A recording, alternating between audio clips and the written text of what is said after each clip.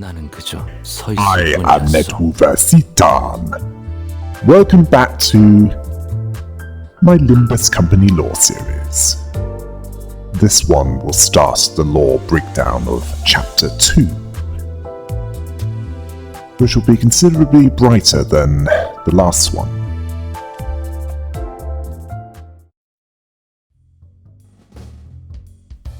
It was still year 984-01, although sometime after the last mission.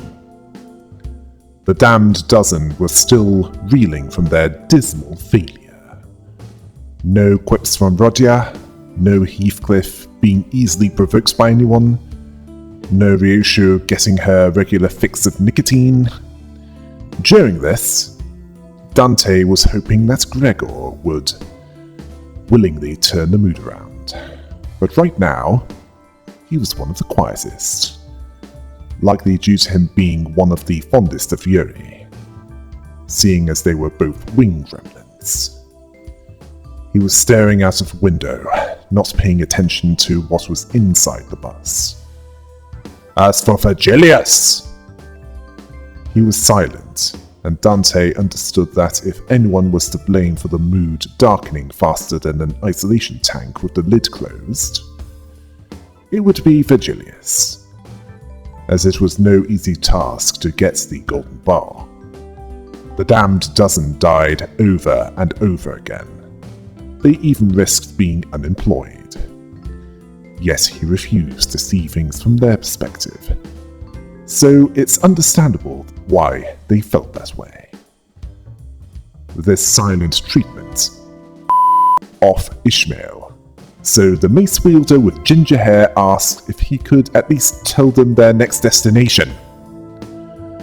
Virgilius was wondering if it was worth the effort of briefing the mission to them, seeing them as those that have wronged him.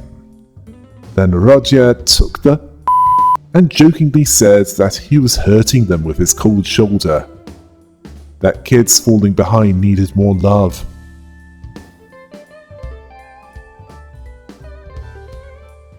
Virgilius pleaded that they didn't embarrass him this time, comparing them to grade schoolers out for a picnic, and him as the teacher. In fact, he had high hopes for Rodion, as she'll make a good guide for where they were going. This confused Roger, as she didn't think that she could guide them in a place that she didn't know. But according to Virgilius, they were going somewhere that she was quite familiar with. They were going to a nest of hedonism, where you can drown in money or be drained of everything you have. Yeah, it's that nest. The nest of District 10. J-Corp territory, or as I'd like to call it, Korean Las Vegas, where the casinos employ too few people to monitor all the cameras, overworked and underpaid. Earning the status of being part of a wing is different. This made Roger quiet. Strange that. Heathcliff, on the other hand, was more concerned about winning big, with gambling. Yeah, the only winning move with that is not to play. And he wanted to have someone wake him up when they got there. Virgilius added that the bus can't take them to the branch building this time. Then he told Charon to park it, which she did, after he told her that park meant stop, and she made it clear that she hates stopping.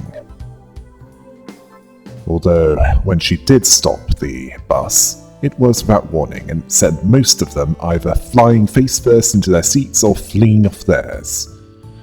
Dante was among them. As for the others, there was so much profanity that it would be the verbal equivalent of an open sewer.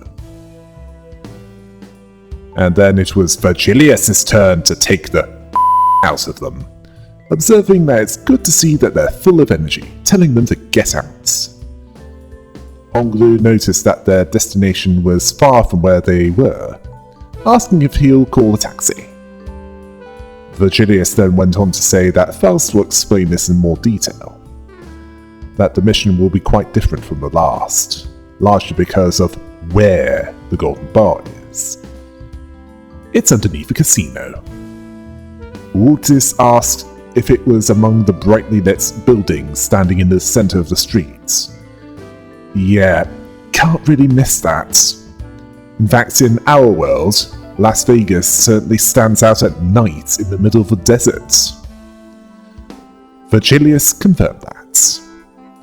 Ishmael then offered her opinion and observed that the last branch facility was neglected for some time. Sinclair was worried that it was the exception to the rule.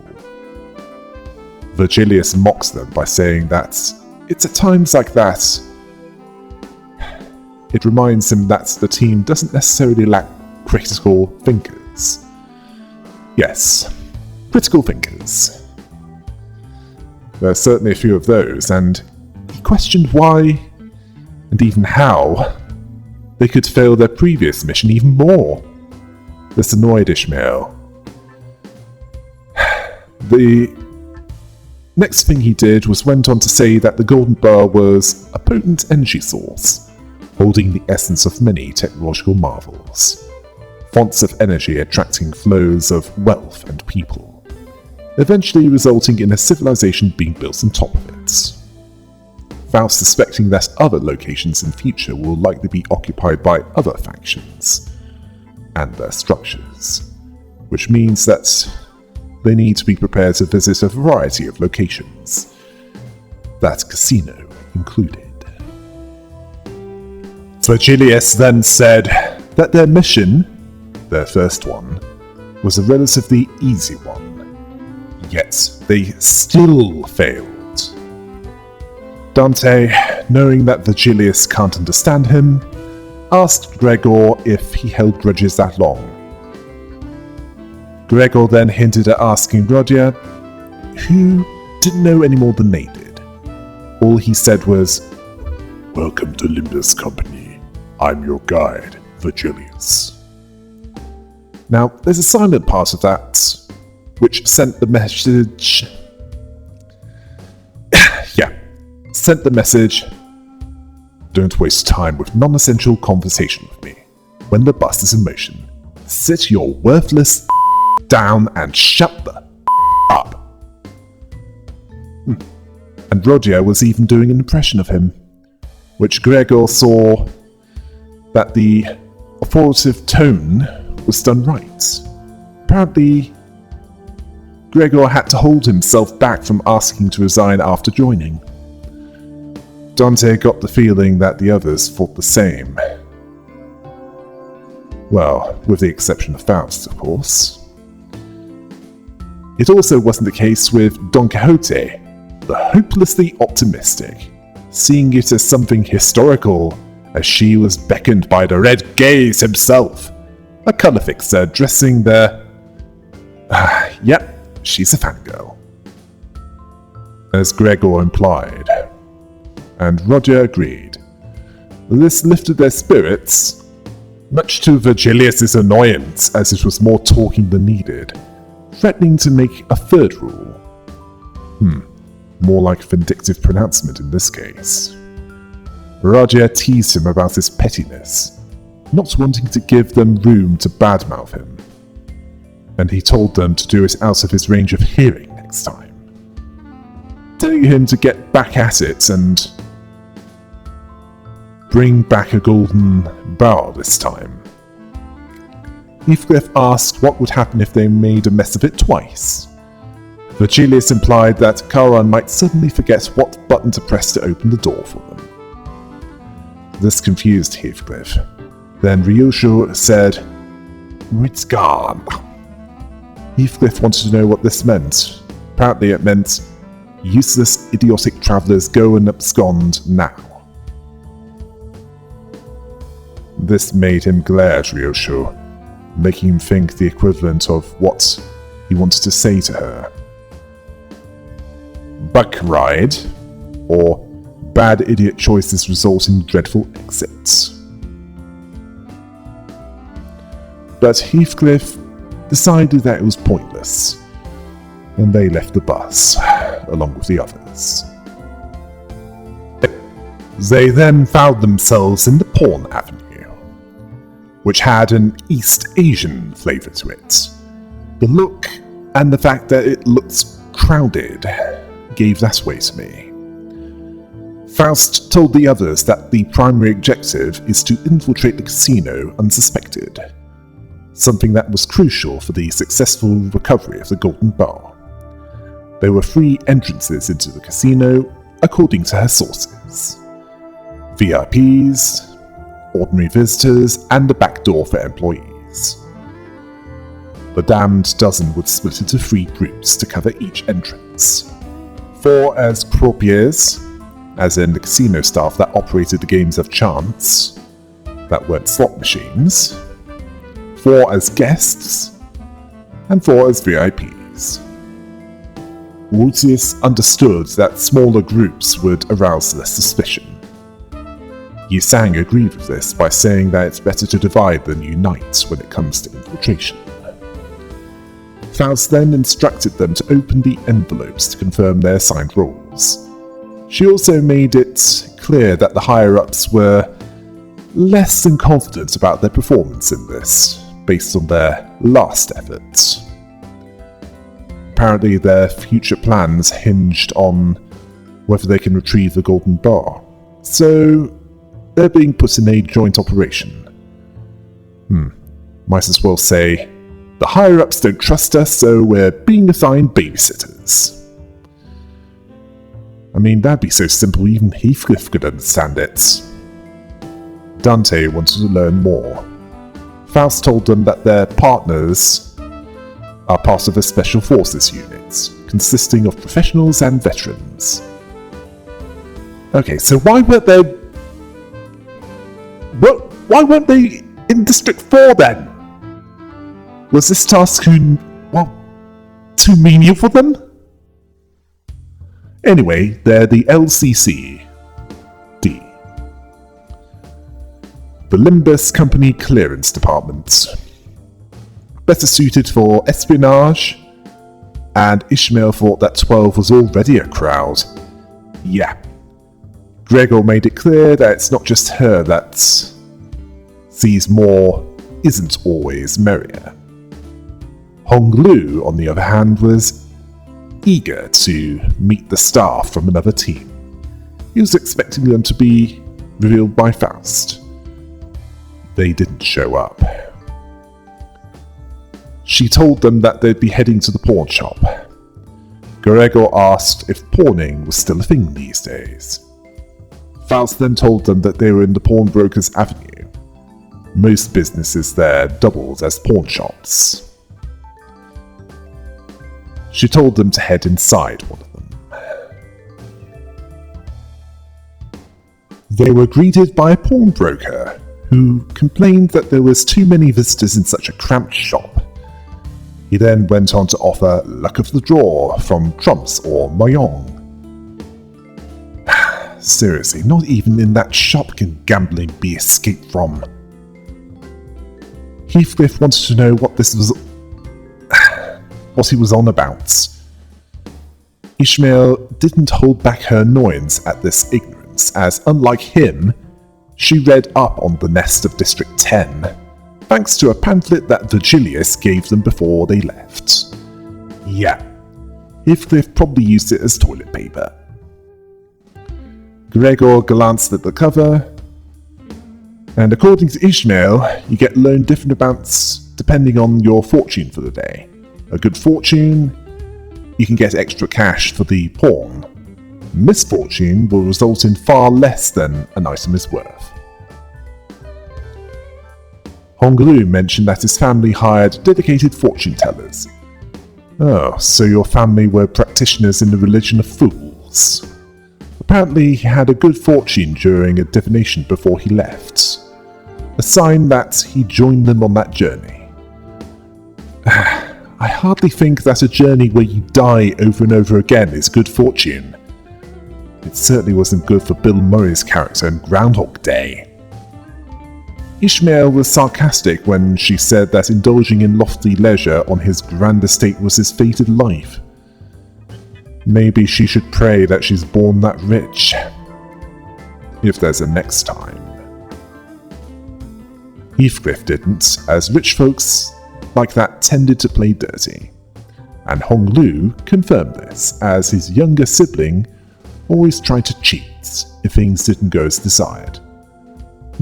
That's possibly Jia Huan, or it could be a different sibling, as sibling doesn't necessarily mean that it was a brother that always tried to cheat. Heathcliff was annoyed by this, as it wasn't what he meant.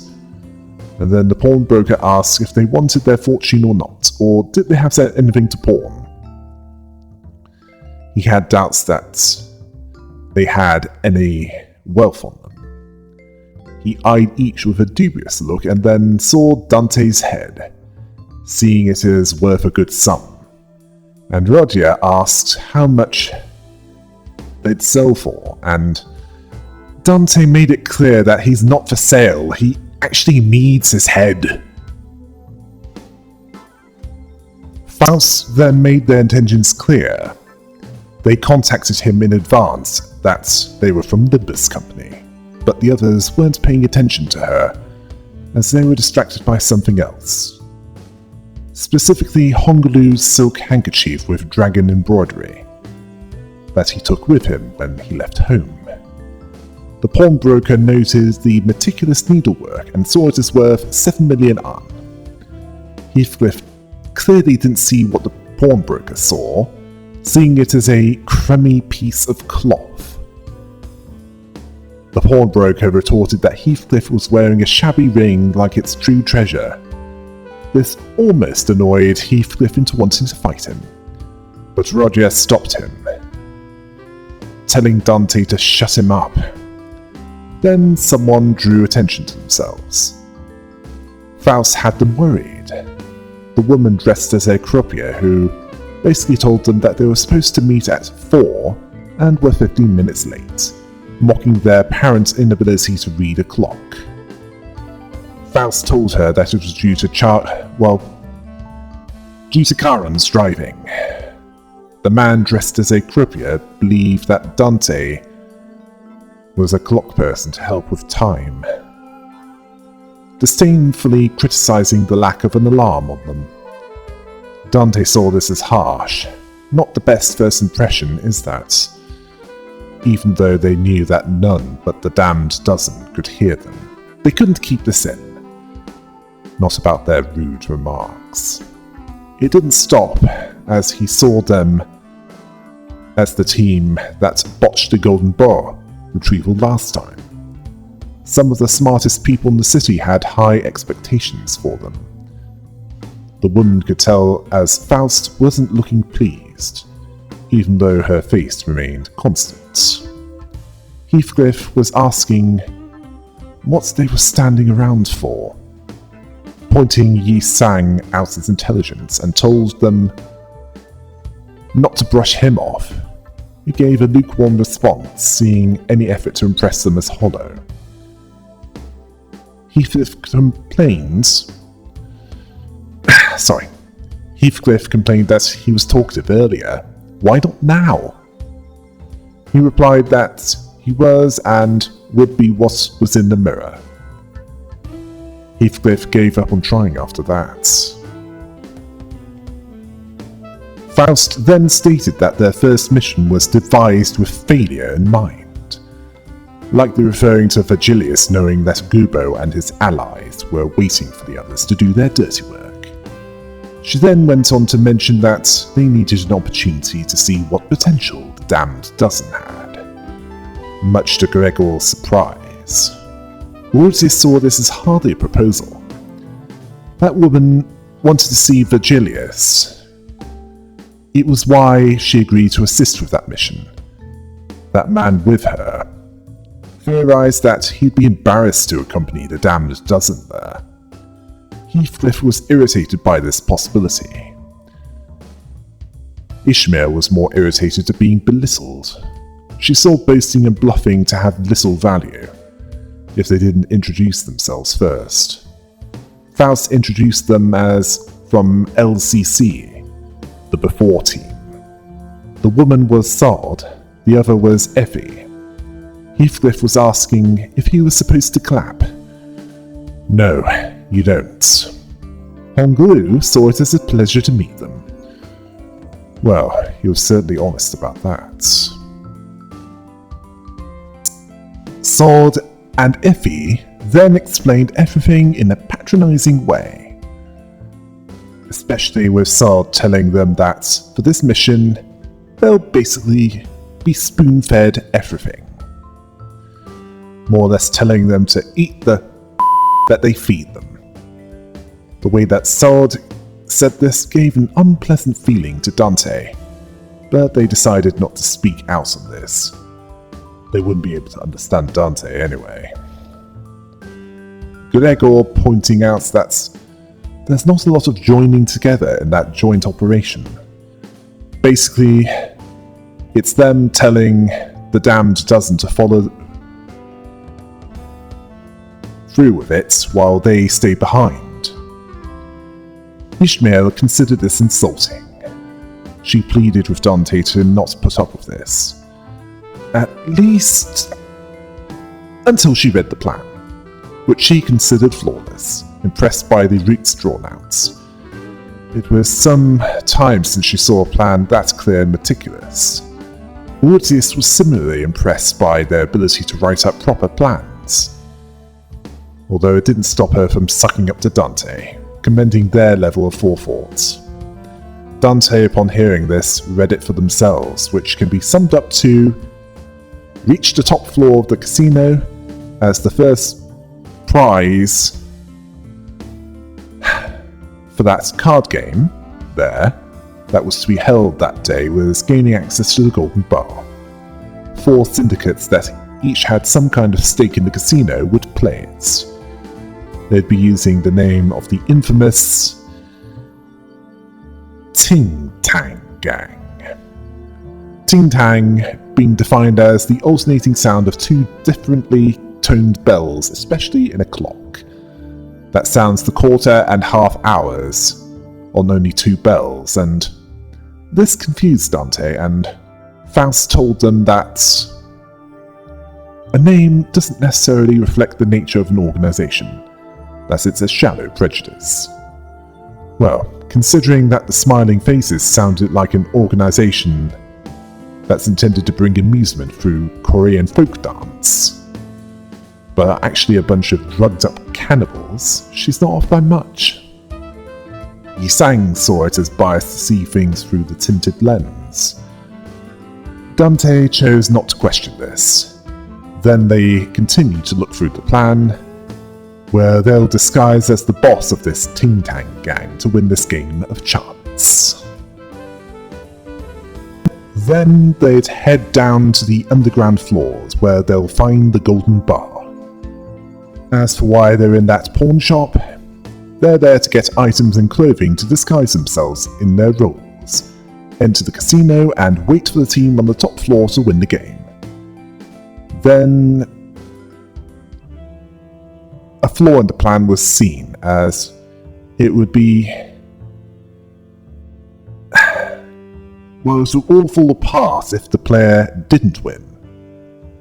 So then told them that they'd have fake IDs prepared in case casino security ran random inspections on visitors.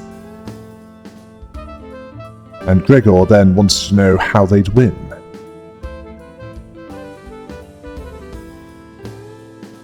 Then Iffy then asked him, what does he think that their outfits are for? They've practiced their roles for months to pass as croupiers. They'll basically make sure that the game is rigged in their favor. All that's needed is a functioning pair of eyes. Grumbling that last part with a sideways scowl, making his contempt towards the group clear. having no faith in them, based on their previous efforts. Then Gregor asked how they're supposed to take the place of the Ting Tang Gang's boss. Sol told him that they'll slip sedatives in his food, the head chef being in on this. Yi Sang noting this, and then Sard and Effie made it clear that they were more cohesive together than the damned dozen were. Sard then spoke to the pawnbroker that they'll be taking a look at the goods on showcase from here to there, the pawnbroker eager to cater for them. Or rather to them, going from disdainful to countering, and Sard mentioned that they'll take what is needed on display, and Hong Lu then saw a Gupcha designer brooch, further making his background clear. The pawnbroker seeing that he has discerning eyes, the mainstay of the shop catalogue, only 10 of them were ever made. That its worth is positively... Then Honglu mentioned why it caught his attention. Apparently his dog used to have that on its collar whenever he took it out for a walk. It brought back pleasant memories. The pawnbroker didn't know what to think of this. You're not the only one. Then Rudya saw some cowhide gloves, seeing the previous owners a fashionista. Well, I'd think that there are cows to be slaughtered in the city. They'd need to get the meat somehow.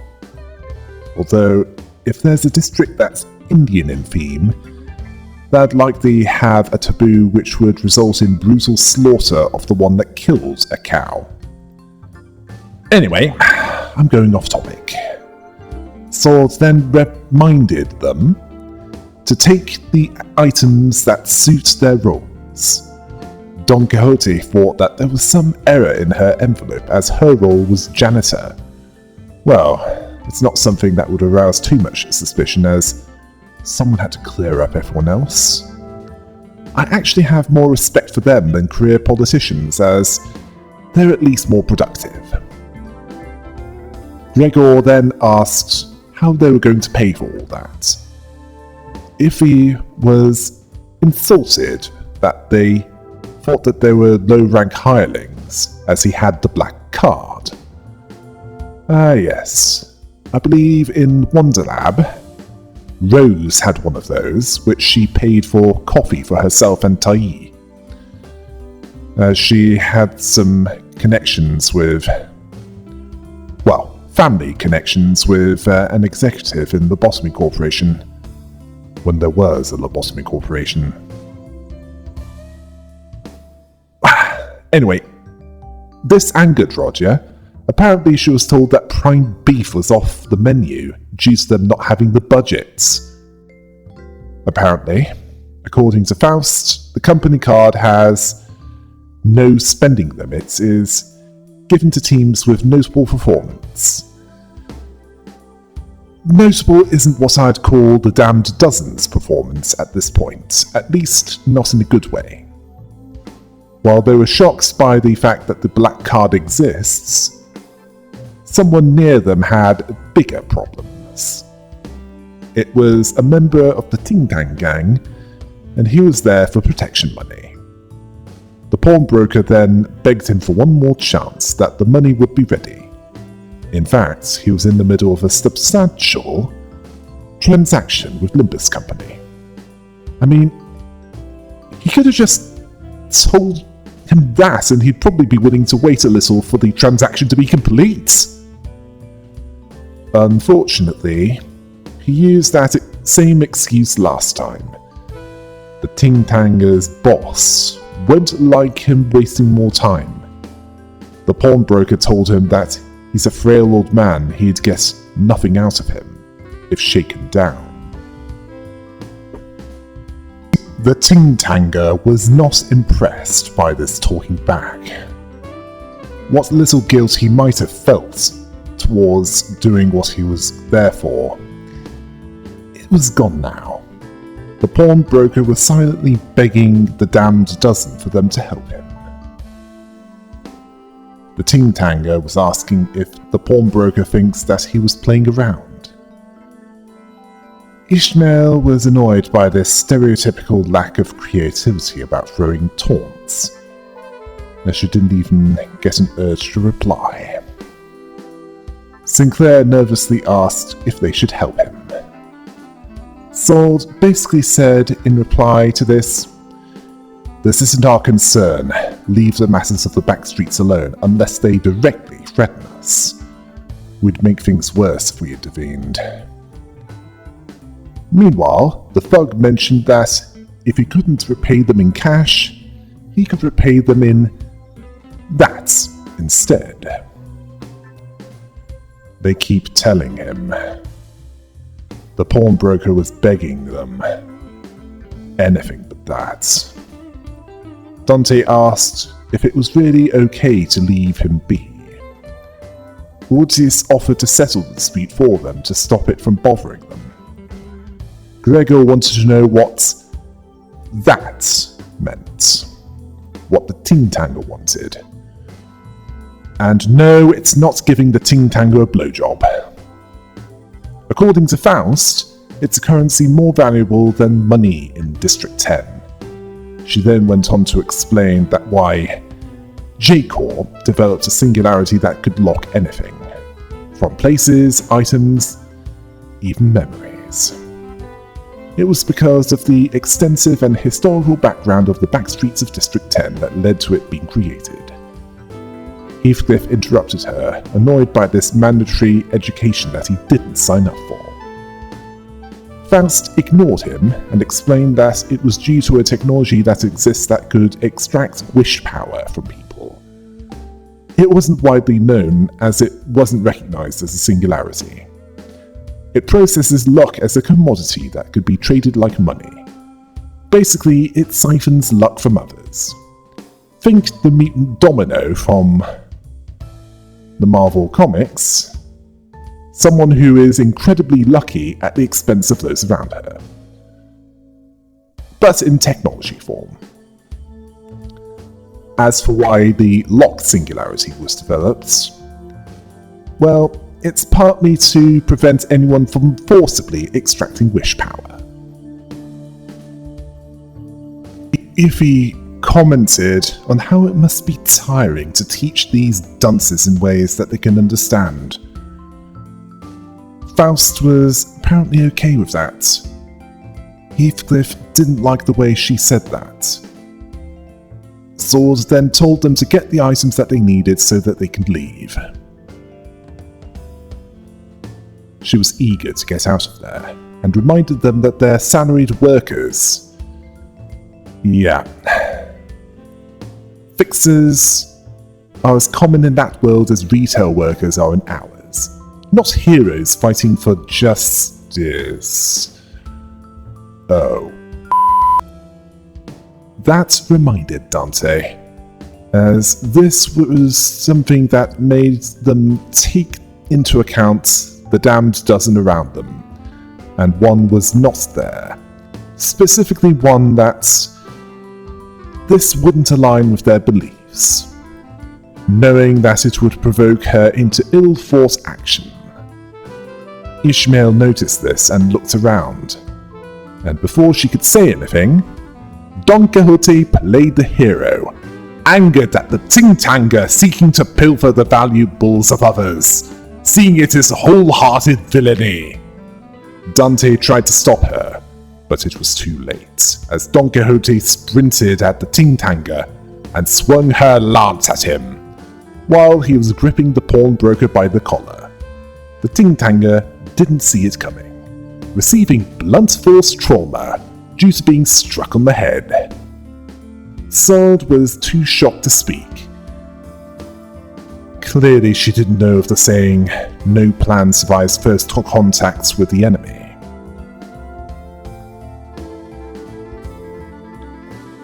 Yes. I felt that nervous. Yes. No plan survives first contact with the enemy. And then Faust informed the Before team that keeping the sinners in check was not part of her job description, That's Dante's job. Dante argued that he was unable to keep her under control. In fact, she struggled to keep herself under control. Dante had to speak this, even though only the damned dozen would hear them. It wouldn't make any difference even if they could understand them. As for her job description, hers was to inform, educate, and when needed, fight the enemy. The pawnbroker seemed appreciative of their efforts. Apparently, Virgilius advised Don Quixote that while she was free to deliver justice onto villains, she must do so without compromising their mission, which was why she made sure that the blow only knocks out the ting-tanger. That could still be a problem. Dante certainly thought so, as she remembered his word and still leapt forward. Don Quixote argued that it was necessary to stay true to her creed. The pawnbroker asked if the ting-tanger was actually dead. Gregor asked if he wanted her to help out. The pawnbroker was worried about things getting complicated if the Urdivier showed up, and yes, sorry if I butchered that.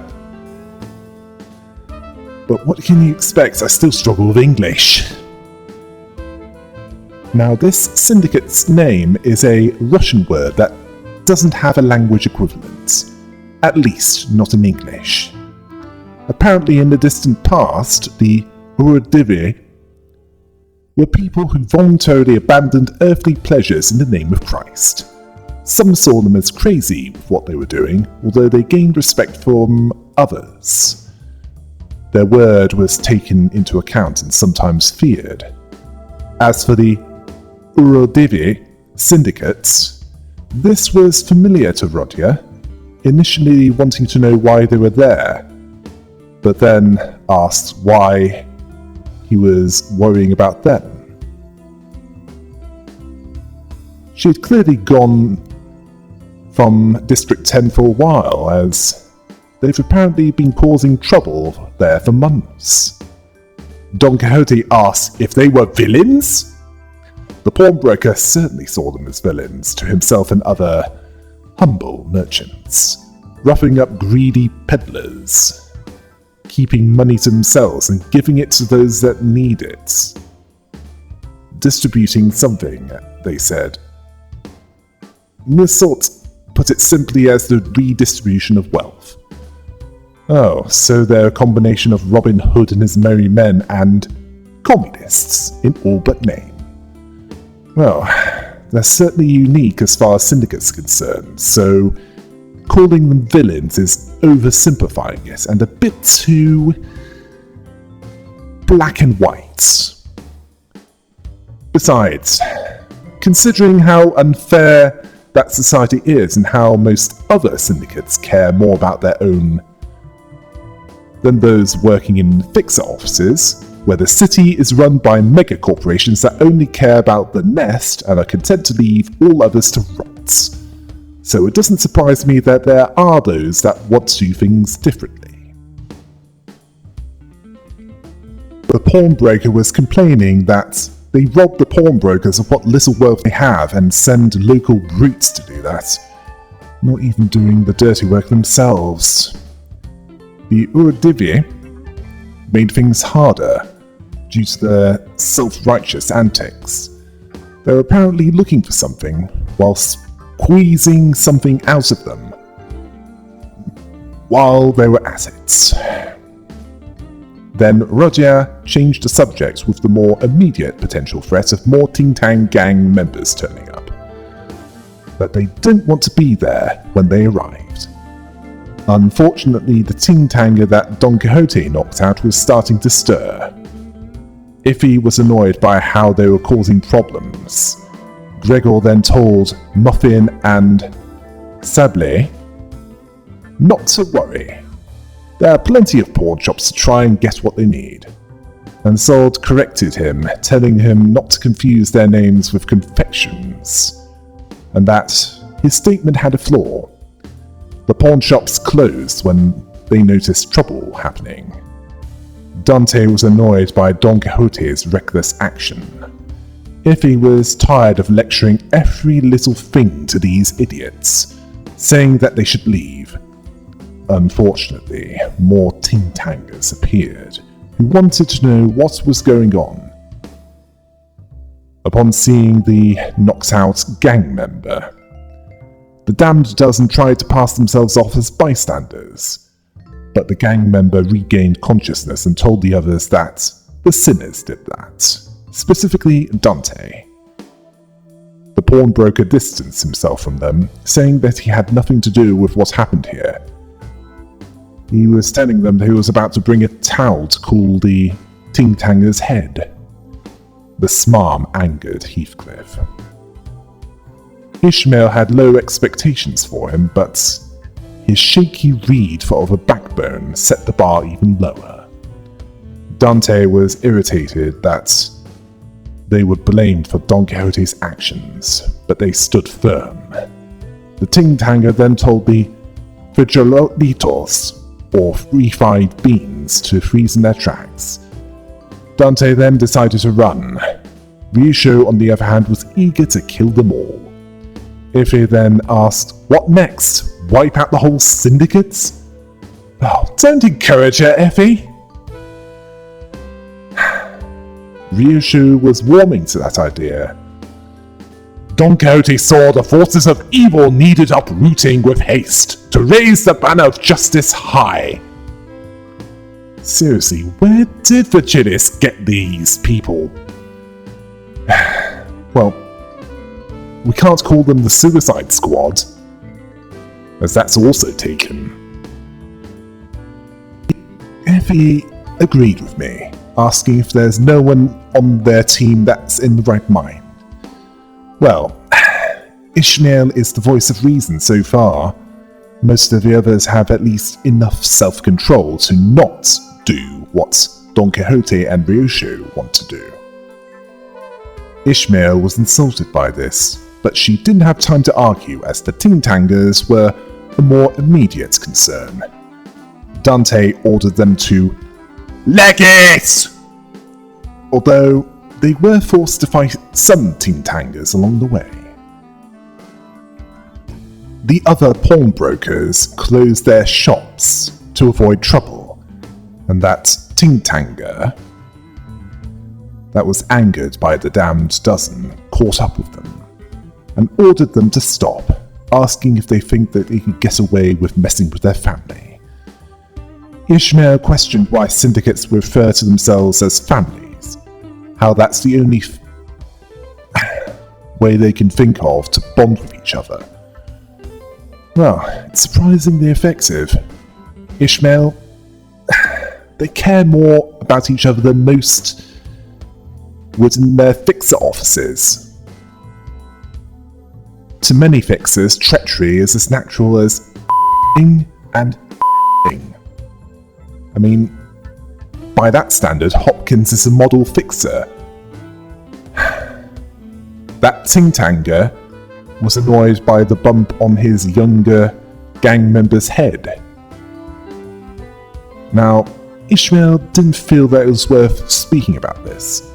Iffy was annoyed by this, as this wasn't a part of the plan, feeling his headache. Dante resisted the temptation to get some headache pills. It wouldn't be practical, or as impractical anyway, due to his clockwork head. Ortiz asked if they thought that they were worthless scum until now, seeing them as passing through a sewer. Gregor said that they didn't need to speak of them that harshly. Ortiz ignored him and asked why they were charged with claiming the golden bars despite that. In fact, that was what Effie wanted to know, taken aback by this. Ortiz couldn't argue with them that the others were rubbishes drenched in foul water. Gregor tried to correct her by saying that she's the only one that's saying this.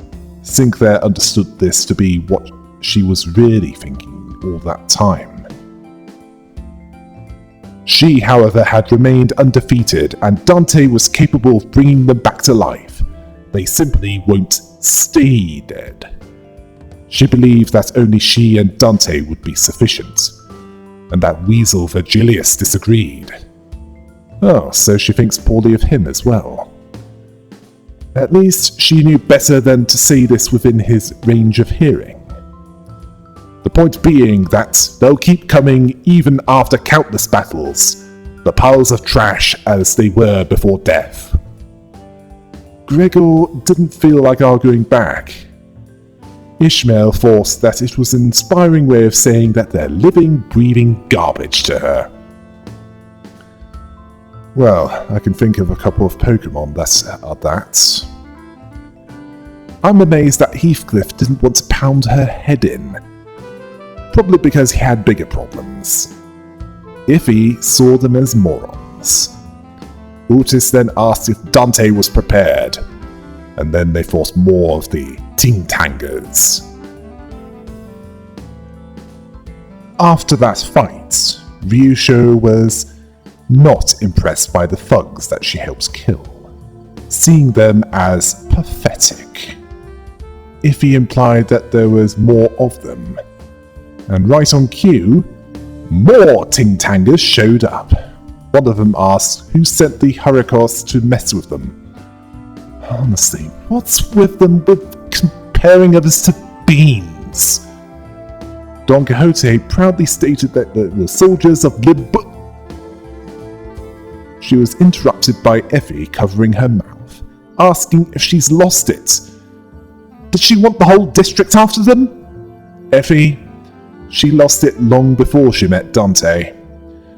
Otis awaited Dante's command as more Ting-Tangers were coming for them. They then defeated this next group, but Heathcliff was complaining that they just won't stop coming. If they keep at this, they'll be worn out before they step inside the casino. Honglu wasn't concerned about this, because as long as Dante was with them, death from fatigue or other things wouldn't be a problem. This Heathcliff off, as this wasn't the point at all. Me. Well, Milsalt, he had a potential solution. Proposed a leader to bring down the organization, to make them meet for the parts. Now, this was something that Heathcliff understood and agreed with. He wanted to break some bones. Don Quixote was eager to travail as well. Iffy's pleas to stop them from charging there fell on deaf ears. He complained to Faust that this was the crowd that they were supposed to accompany. She stated that life was full of mysteries. Yisang saw it as what made it an ideal reflection. As they were talking, Heathcliff was conducting an interrogation on a Ting-Tanger, demanding to know where their boss was. The thug spoke of the Sea Heart being at the Car Pagoda. This confused Heathcliff. Effie understood it to be the nearby scrapyard, asking if he's actually planning to take down the gang's boss, as it won't be reflected in his employee performance review. Ishmael stated that he's not sharp enough to calculate such things into his actions. Well, she's not wrong. The best way to use him is to point him in the general direction of the enemy and not get in his way. Or if they saw him as waste. Schemes or plots aren't something that concerns him. Nonsense, on the other hand, that better fits him. Now this is lost on Sword.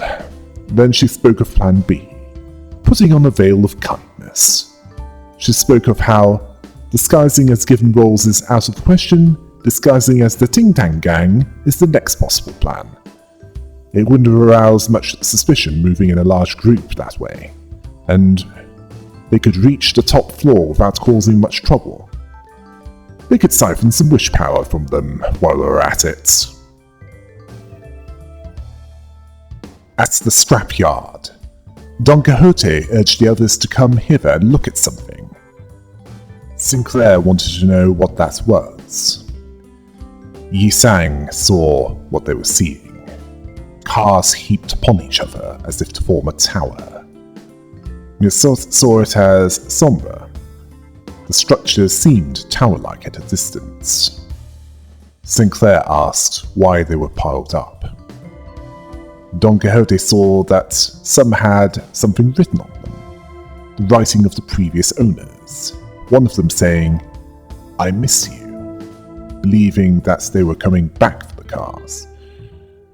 Rodia didn't see that as likely, as even if they did return, the cars wouldn't be in the right state to reunite with their former owners. Their insurance write-offs. Ortiz didn't have anything to say about this. Sword then explained that it's a hidden landmark of the backstreets. Iffy referred this as the biggest, the bitter end of gamblers. The Ting Tang gang used to be just second-hand car dealers, which was a stepping stone to amass wealth and power. Gregor asked if she had anything else to add, as she's been to places like that often, expecting some interesting trivia.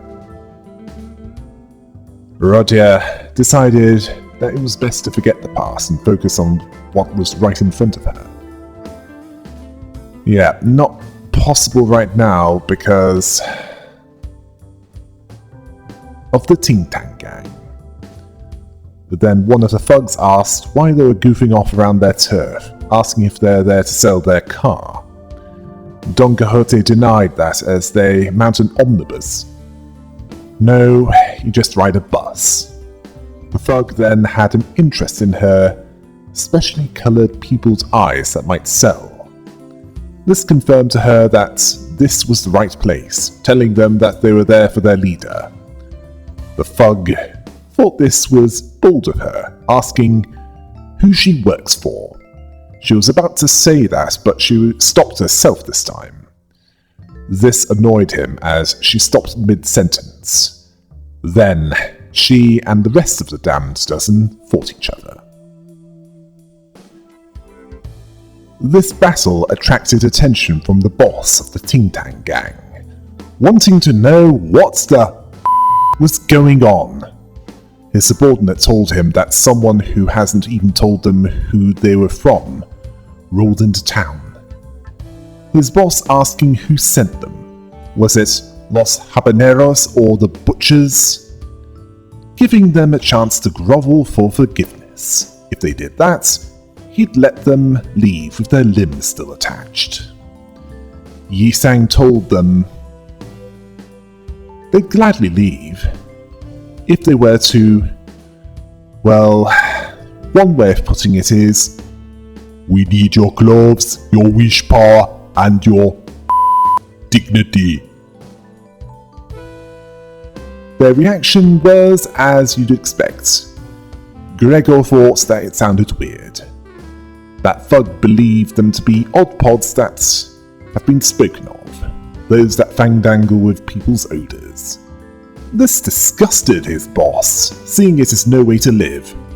It was unlikely that he'd care if they corrected him or explained their purpose, so Dante had never wanted to win more than that time. The battle was fierce, but the damned dozen were victorious. Gregor was finishing off their boss, who called them little roaches, asking who they worked for. It was about time they told him.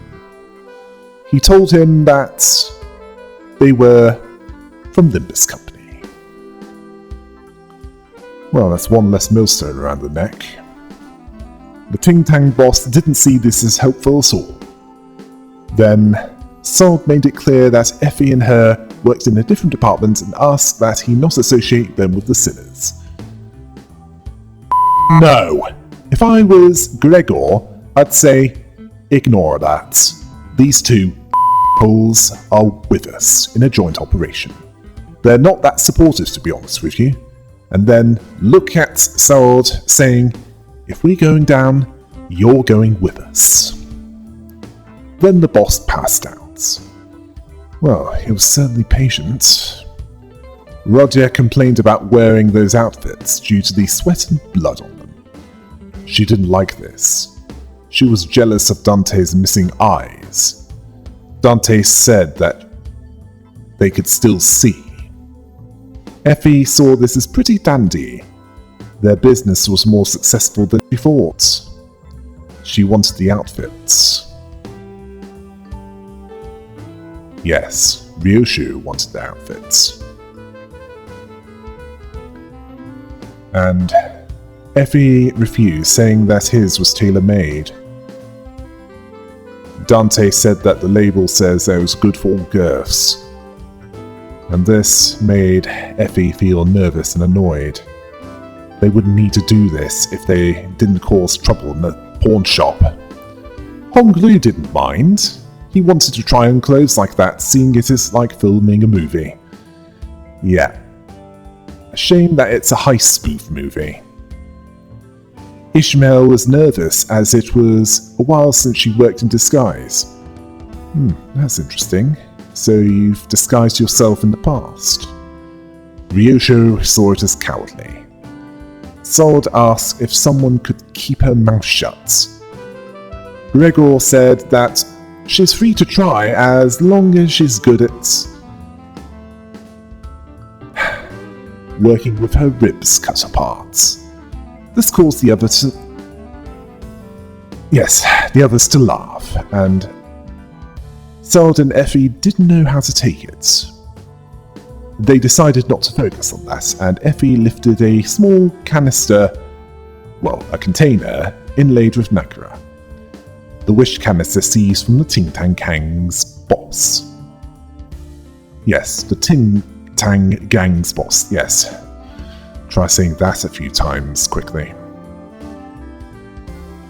As for Dante's role, according to Effie, and Sword understood that they were confused. Apparently, the wish power siphon is J-Corp's other singularity, a tool that sucks up wishes from people and stores them in a form of energy. This wish power can then be squeezed onto a sheet of paper to create a one-use temporary tattoo that temporarily makes that person the luckiest person who ever lived. Apparently the plan was to try and win the top floor game by scraping up other people's luck. But that boss had a canister with a lot of it. Effie wanted Dante to hold on to that when they entered the casino.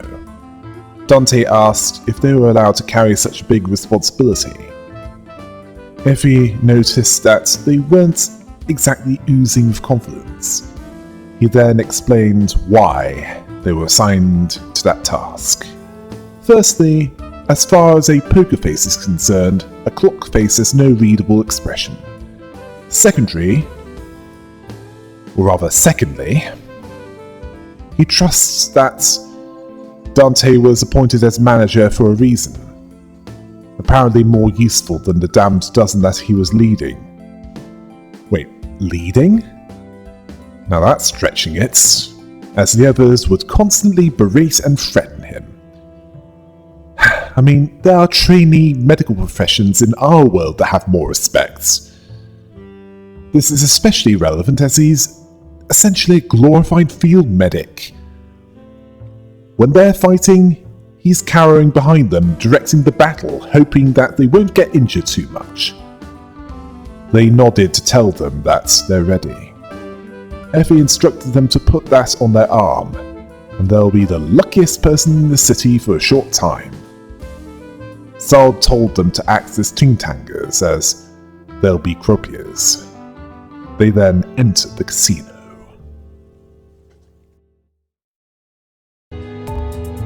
Well, it's certainly a journey, and that was before they got to the casino. Until next time. Hail the rabbit!